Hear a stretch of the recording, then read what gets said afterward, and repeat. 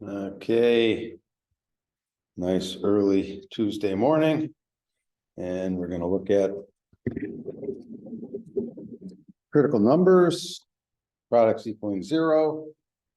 How very helpful they are as a tool in your kit for problem solving. I think you can see everything.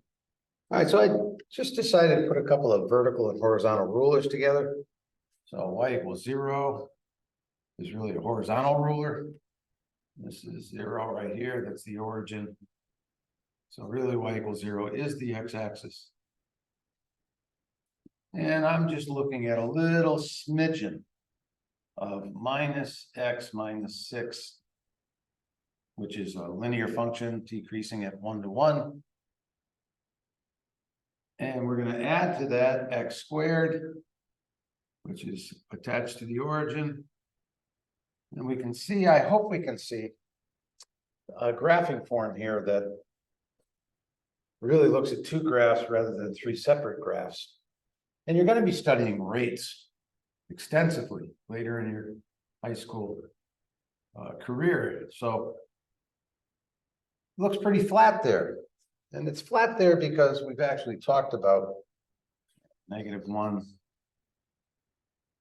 getting us 1 unit of area, no square, and then a 1 by 1 getting us 1 unit of area. But if there's no square in the transition from squaring all these numbers, not going to change much. I mean, if you look at, I'll just give you one example. If you look at 0 and square it, and if you square 0.0001, you're going to get 8 decimal places. 1, 2, 3, 4, 5, 6, 7, 8. Not much change there. Whereas if you took a number like 3 and did 3.0001 and squared it, well, 3 gets you 9. 3.001 squared gets you, let's see, still 8 decimal places, but it gets you 9.0006.0001, and there's significant change compared to no change if we just look at the first 4 decimal places. So this is gonna look, the graph is gonna look like this at the y-intercept. It's gonna be going down at 1 to 1, and yet it's cup shape up. Now, when does it turn?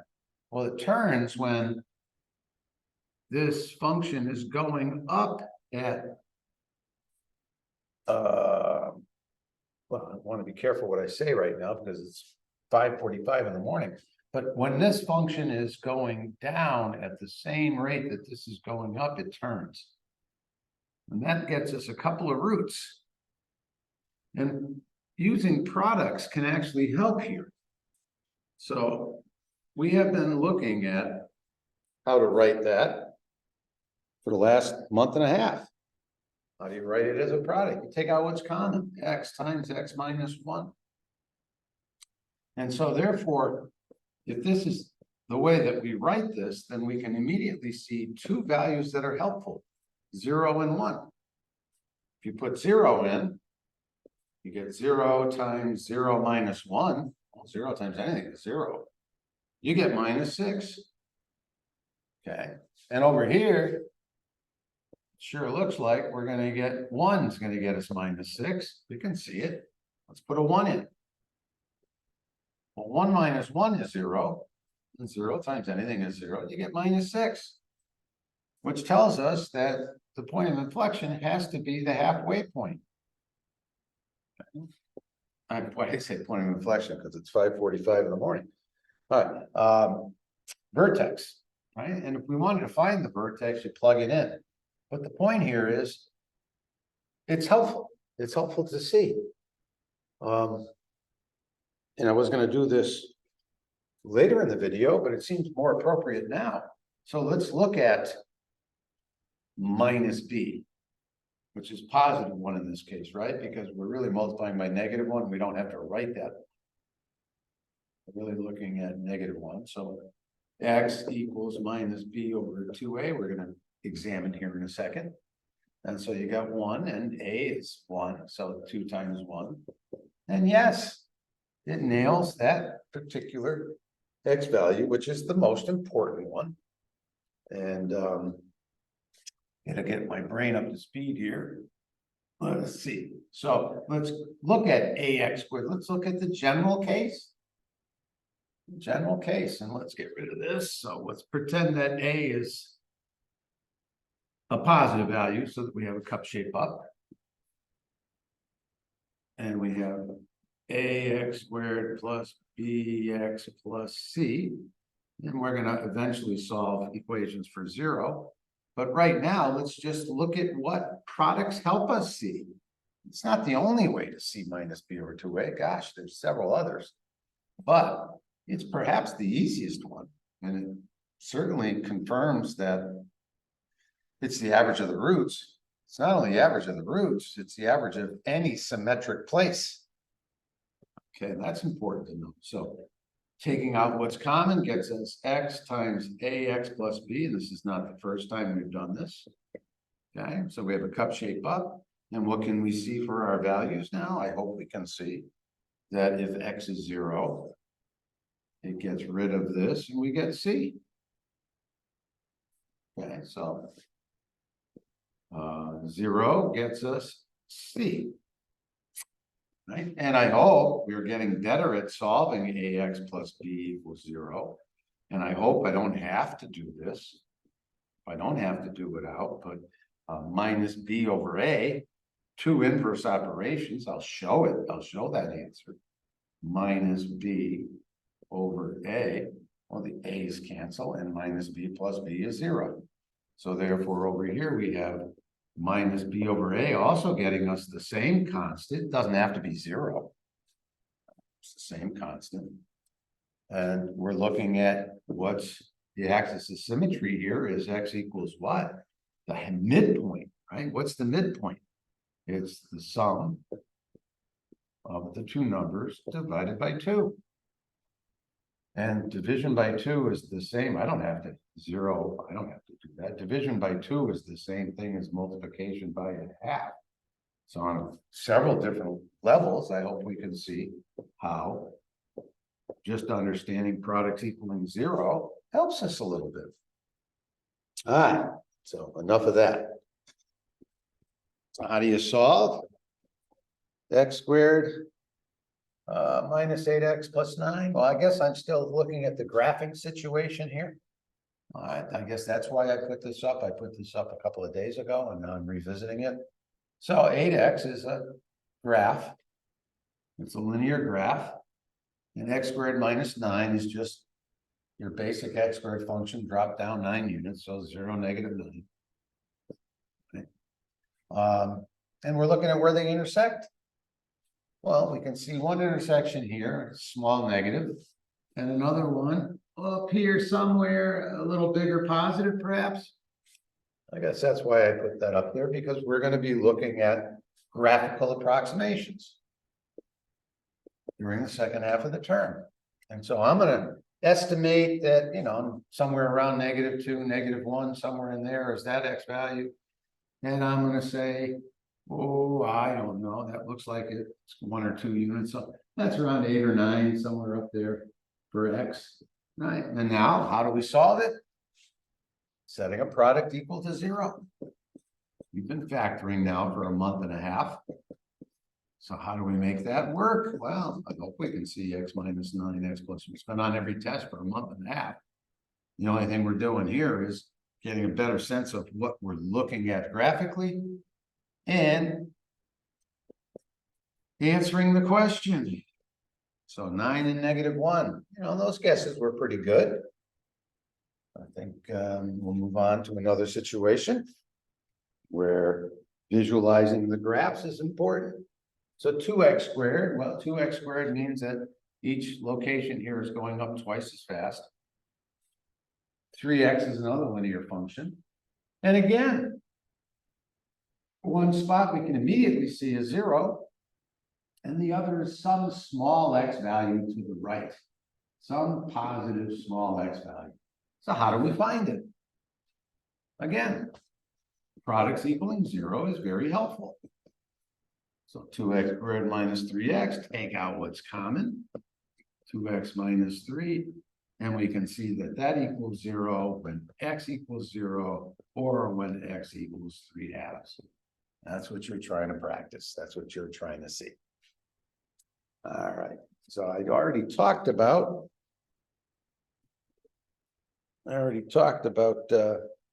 this situation. Probably we're going to do it a little later than I did, but it's been discussed. But why don't we make a product here? And I don't take out all that's common in this situation. I just take an x out. Really easy after that. It's 2x minus 20 plus 7. All right, so I got a nice sketch here. I can see that 0 gets me 7. I can now see that 10 gets me 7. And I can see that 5 gets me minus 10 times 5 is minus 50 plus 7 minus 43. You know, that's a nice way to get a quick graph too. So whatever way is quickest and easiest, that's what I like to adopt. Would I have done it this way? Probably not. I probably would have just gone for, if I'm graphing this, I think I'm more in the habit of saying, okay, it's cup shape up. I'm on the decreasing side, so 0, 7. And then I just do 2x minus 2 into 20, 10 cut in half, 5 squared. Then I like to, you know, like we do completing the square. Minus 5 squared is 25, so it's got to be minus 25. The only change here is it gets doubled. And so there's your minus 50 plus 7. That's how I like to write it out.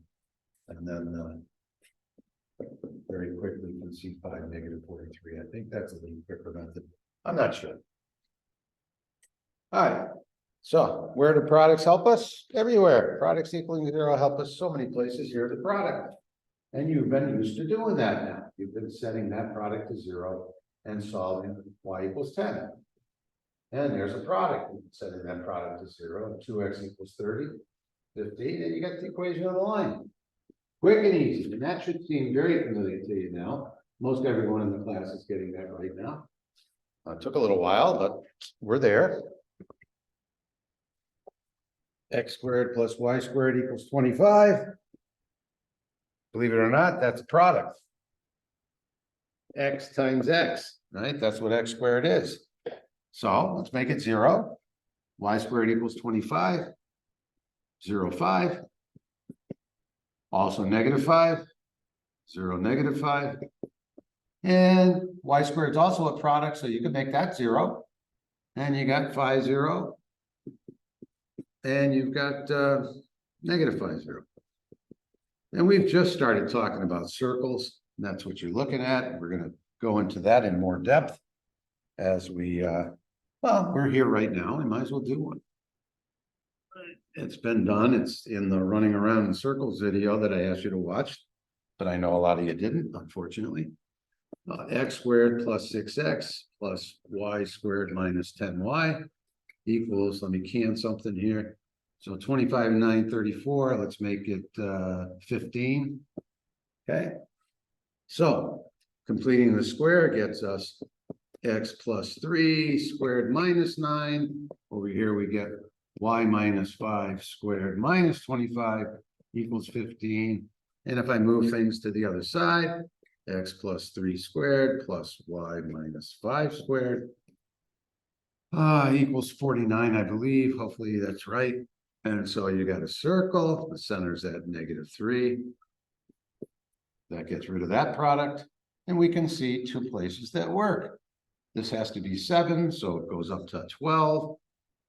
It's got to be negative 7, so it goes down to negative 2. That is provided I get rid of the first term with negative 3. And I could do the same thing over here with a 5. So that's a constant 5. This is a constant 5 for an altitude.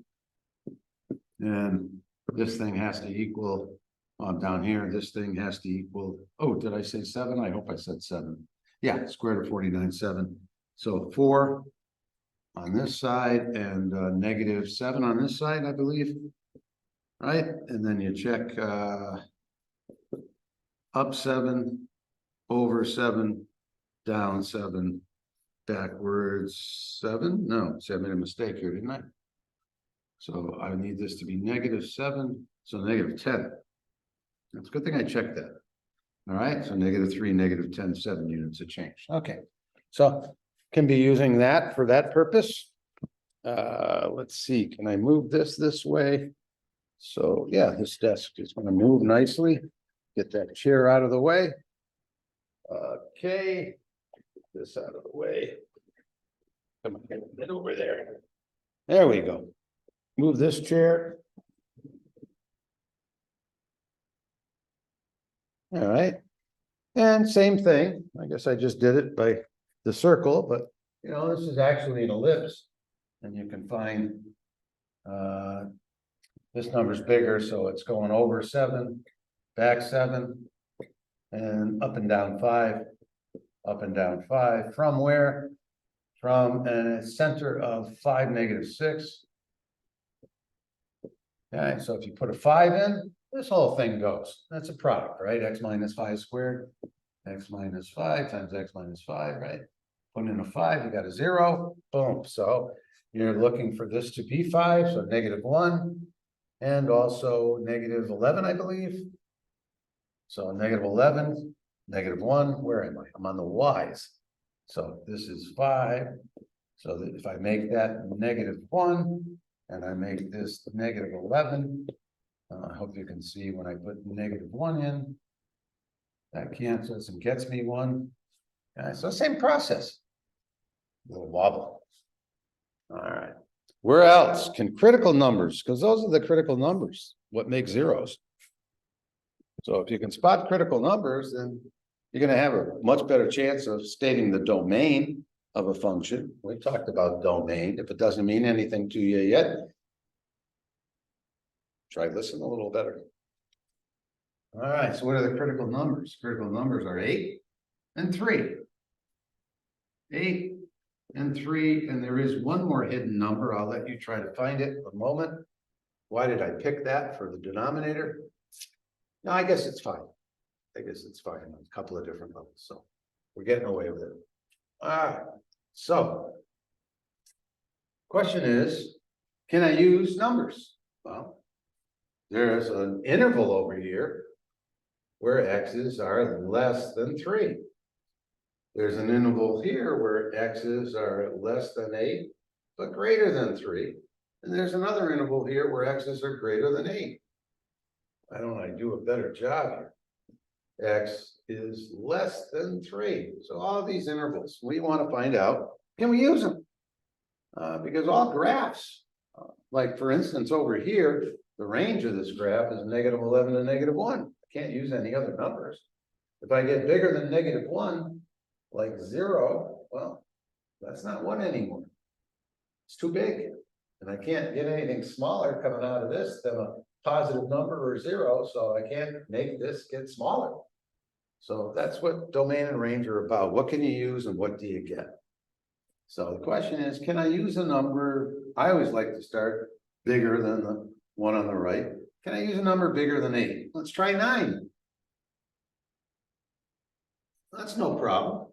You know, this is a base 10 logarithm. It's not written, but it's a base 10 logarithm. I can find 10 to the something that gives me 6. I'll need a computer, but I can find that. All right, so 9 is fine in the numerator. 9 here. 8 minus 9. Well, that's the square root of -1.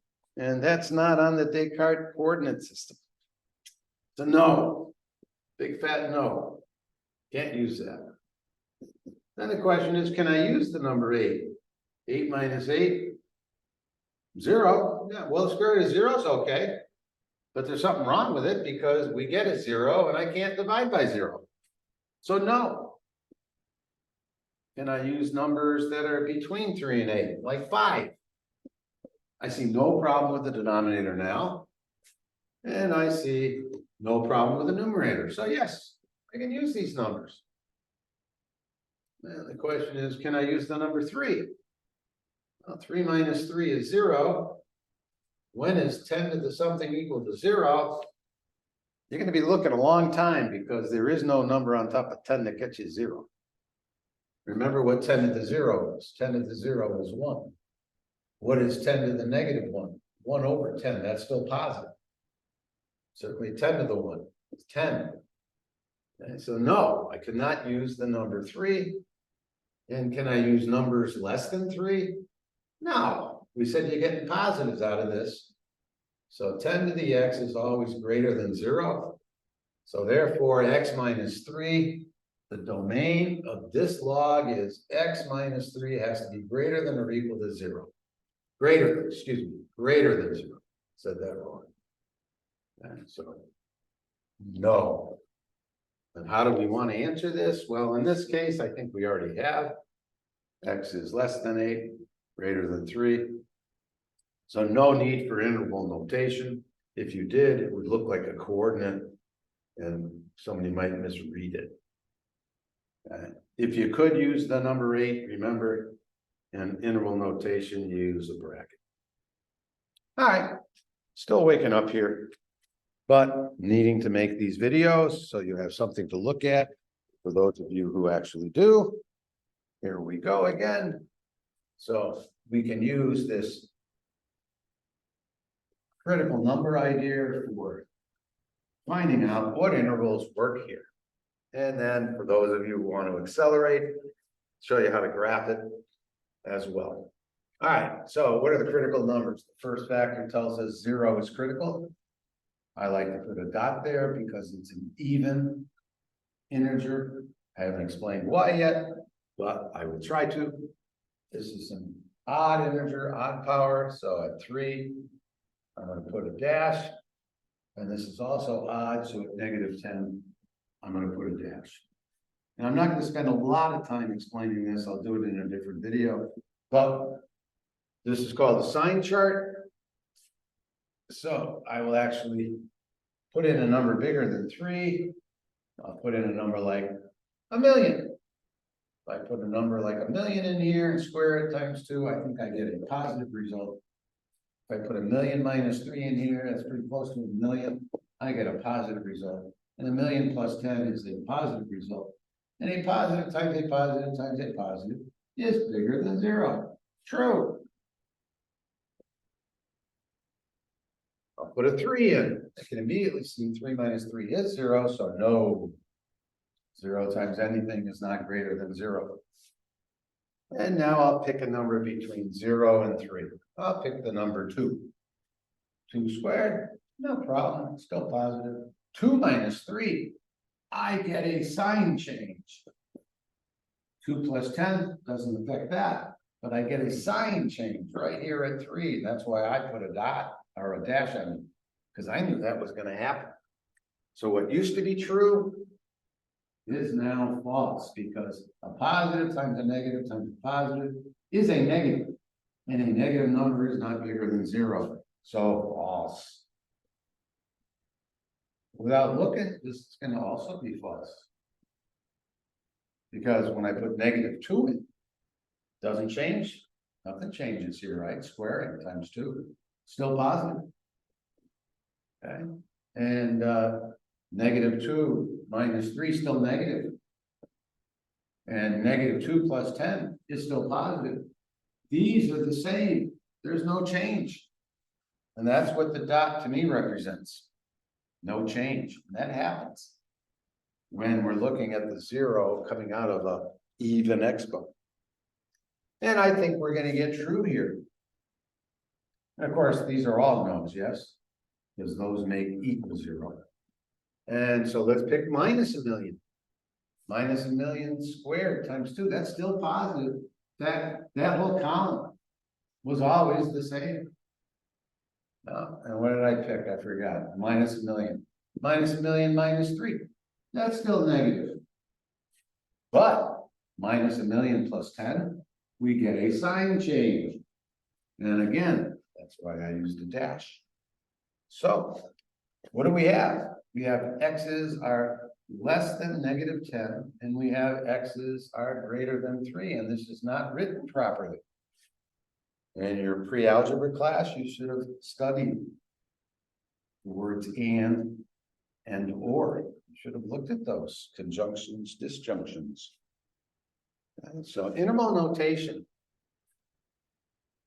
and it was an or situation. You can't be -1,000,000 and +1,000,000 at the same time. So you should have used the word or. To avoid that, interval notation is very nice. So over here is negative infinity, and over here is positive infinity, and all the way to negative infinity, which cannot be bounded, back to negative 10. That's one of the intervals. Also, the interval 3 to infinity. Now I'm going to change this ever so slightly to equals. Okay, so that means all these no's are now yeses. And so that would be written as negative infinity cannot be bounded. Negative 10 now works. Union, so does 0. 0 is a solution, and so is 3 to infinity. Little practice with this, and everybody gets that. So wouldn't worry about it on day 1. 4 days from now, if you're not getting it, you go a little 1 out of 1.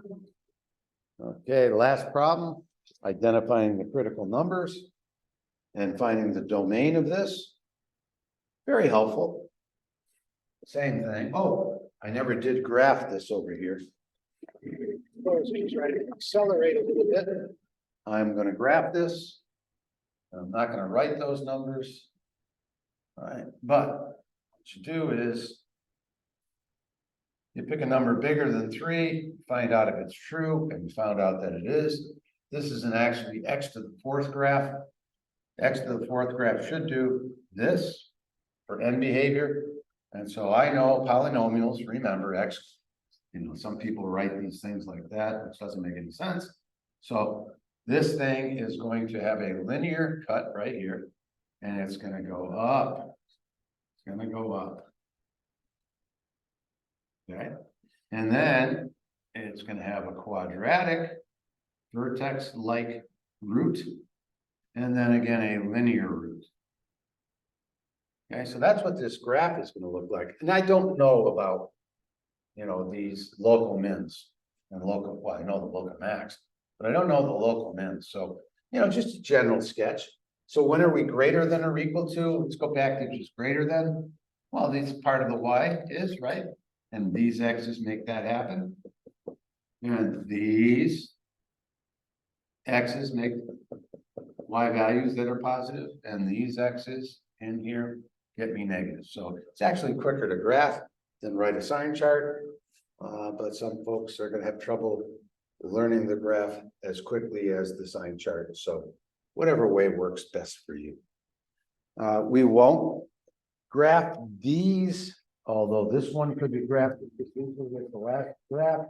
I suppose I will show you what that graph looks like very quickly. So I have an x-intercept at 4. I have an asymptote at -6. I have a 5-to-1 ratio, so this goes to asymptotic behavior, y equals 5, y equals 5. And I've got a y-intercept of 0, -26 right there. And so I've got something that looks like that and something that looks like that. All right, so where am I bigger than 0? Well, I'm going to get 4 to 0, and I'm going to get less than -6. So graphically could have been done quickly there, but probably quicker to use the sign chart. So the critical number here is 4. That's a product, right? So 5x, 5 times x minus 20 is the minus 4. Excuse me.